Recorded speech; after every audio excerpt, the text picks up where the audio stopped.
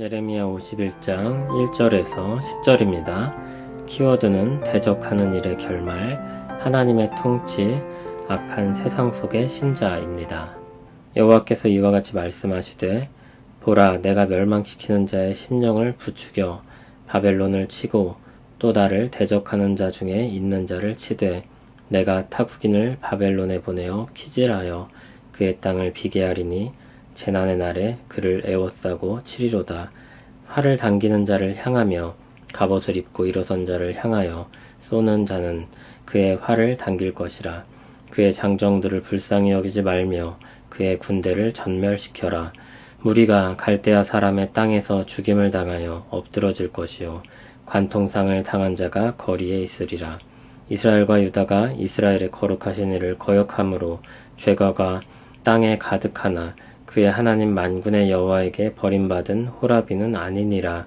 바벨론 가운데서 도망하여 나와서 각기 생명을 구원하고 그의 죄악으로 말미암아 끊어짐을 보지 말지어다. 이는 여호와의 보복의 때니 그에게 보복하시리라. 바벨론은 여호와의 손에 잡혀 있어 온 세계가 취하게 하는 금잔이라. 뭇 민족이 그 포도주를 마심으로 미쳤도다. 바벨론이 갑자기 넘어져 파멸되니 이로 말미암아 울라. 그 상처를 위하여 유향을 구하라. 혹 나으리로다. 우리가 바벨론을 치료하려 하여도 낫지 아니한즉 버리고 각기 고향으로 돌아가자. 그 화가 하늘에 미쳤고 궁창에 달하였음이로다. 여호와께서 우리 공의를 드러내셨으니 오라, 시온에서 우리 하나님 여호와의 일을 선포하자. 아멘. 바벨론에 대한 말씀입니다. 하나님은 멸망시키는 자의 심령을 부추겨 바벨론을 칠 것이라고 말씀하십니다. 1절에 하나님을 대적하는 자 중에 있는 자라는 표현이 나오는데 바벨론에 속한 사람을 뜻합니다. 바벨론의 특징이며 그들이 심판받게 된 이유는 하나님을 대적하는 것이었습니다. 하나님은 그런 그들에게 타국인을 보내어 키질을 하시겠다고 했습니다. 곡식을 하늘에 흩날려 껍데기를 날리는 것입니다. 보통은 키질을 하고 나면 곡식 나달들은 남아야 합니다. 그러나 바벨론을 키질하고 나면 남는 것이 없습니다. 타국인이 바벨론을 에워싸고 치는 날이 그와 같을 것입니다. 하나님은 타국인들을 향해 불쌍히 여기지 말고 전멸시키라고 말씀합니다. 갈대아 사람의 땅에서 무리가 죽임을 당하고 쓰러지며 관통상을 당한 자가 거리에 널려 있을 것입니다. 5절부터는 다시 바벨론 아래에 있던 이스라엘과 유다에 대해 말합니다. 이스라엘과 유다가 이스라엘의 거룩하신 이를 거역하여 죄과가 땅에 가득하여 바벨론에게 정복을 당했었습니다. 그런데 5절을 보면 그들의 처지가 하나님이 그들을 완전히 버렸다는 의미는 아니라고 말씀합니다. 그것은 하나님의 호된 징계를 받은 상태인데 하나님은 그들을 징계하신 후에 그들에게 살 길을 제시해 주십니다. 바벨론이 무너질 때 거기로부터 도망을 나오라고 말씀합니다. 바벨론의 죄악으로 말미암아 끊어지는 때 그곳을 떠나라는 것입니다. 하나님의 보복의 때를 피하라는 것입니다. 바벨론은 여호와의 손에 잡혀 있어 온 세계가 취하게 하는 금잔이었습니다. 그들은 분명 하나님이 들어쓰시는 도구였습니다. 그들로 인해 온 세상이 취해 비틀거렸습니다. 그러나 어느 날 갑자기 하나님의 보복의 날이 임하고 그들이 파멸되고 말 것입니다. 여기 갑자기라는 말은 사람들이 생각하지 못한 때 하나님의 개입으로 일어난 일임을 나타냅니다. 누가 그 큰 나라가 망할 것이라고 생각했겠습니까? 그러나 하나님의 일은 그렇게 갑작스럽게 느껴지도록 일어나기도 하는 것입니다. 하나님은 회복될 수 없을 그들을 향해 반어적으로 말합니다. 8절을 보면 그들을 위해 치료약을 구하라고 말씀합니다. 그러나 9절에 보듯이 그들이 치료할 수 없을 것이라고도 말씀합니다. 하나님의 화가 하늘에 미쳤고 궁창에 달해 그것을 막을 수 있는 것이 없기 때문입니다. 할 수 있으면 해봐라. 그러나 실패할 수밖에 없을 것이라는 말씀입니다. 유일한 해결책이 있다면 회개일 것인데 그것은 그들이 취하지 않을 해결책입니다. 한편 이 일은 하나님께서 공의를 드러내시는 것이므로 하나님 백성에게는 기꺼이 선포할 일입니다. 그래서 10절에서 이 공의로운 일을 선포하자고 말합니다. 시온에서 그 일을 선포하자고 말하는 것이 인상적입니다. 그들은 지금 바벨론에 있기 때문입니다. 하나님을 대적하는 일은 하나님의 심판으로 끝날 것입니다.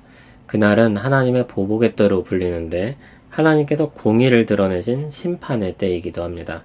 하나님께 대항하는 일은 하나님의 진노를 사는 일이면서 또한 공의를 깨뜨리는 범죄이기도 합니다.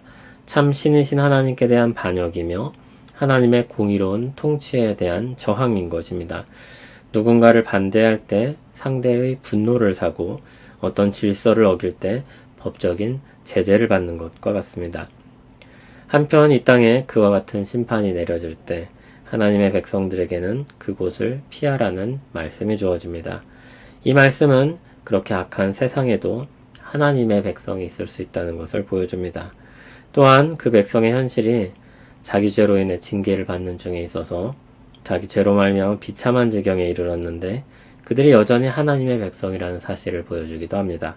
눈에 보이는 현실은 버림받은 백성처럼 보이고 악한 세상에서 그들과 함께 멸망할 것처럼 보이는데 여전히 하나님이 자기 백성들에게 관심을 두고 계시고 거기로부터 그들을 건져내신다는 것을 보게 됩니다. 신자들은 악한 세상 속에서 삽니다. 흩어진 나그네처럼 곳곳에 자기 처소를 마련하고 살아갑니다. 그리고 악한 세상의 허물들을 함께 뒤집어 쓸 일도 많습니다. 할 수 있다면 거기를 나오는 것도 방법입니다. 악으로 가득한 곳에 함께 어울려 살 필요는 없습니다. 악한 일들을 위해 모인 사람들과 이를 도모하고 그 이익을 받아 누리는 일을 떠나야 한다는 것입니다. 그러나 우리는 몇 가지 이유로 그 가운데 있을 수 있습니다. 악한 세상에 남아 있을 수 있습니다.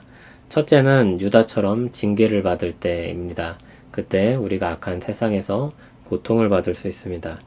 둘째는 거대 악 속에서 완전히 빠져나올 수 없는 때입니다. 주님이 다시 오시기 전까지 우리는 불의한 세상에서 완전히 나올 수 없습니다. 우리는 모두 세상의 악에 직간접적으로 맞물려 있고 또한 동참하기도 합니다. 때로는 좋게 시작하고 선하게 행한 일들이 그런 가운데 놓이기도 합니다. 셋째는 복음 전파를 위해 그 자리를 지킬 수 있습니다.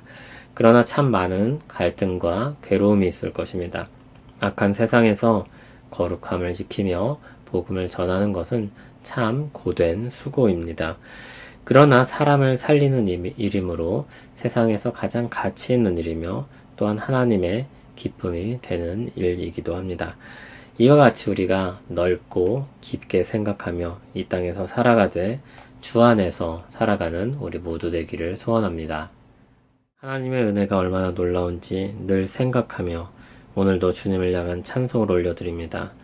예수 그리스도 안에서 하나님의 자녀된 특권이 얼마나 고귀한 것인지 모릅니다. 빛의 자녀로 부름받았음을 새기며 우리에게 부여하신 그 가치대로 살기를 원합니다. 영원한 생명을 가진 자로 이 땅에 살기를 원합니다. 주여 주로 말미암아 세상을 비추며 살게 하옵소서.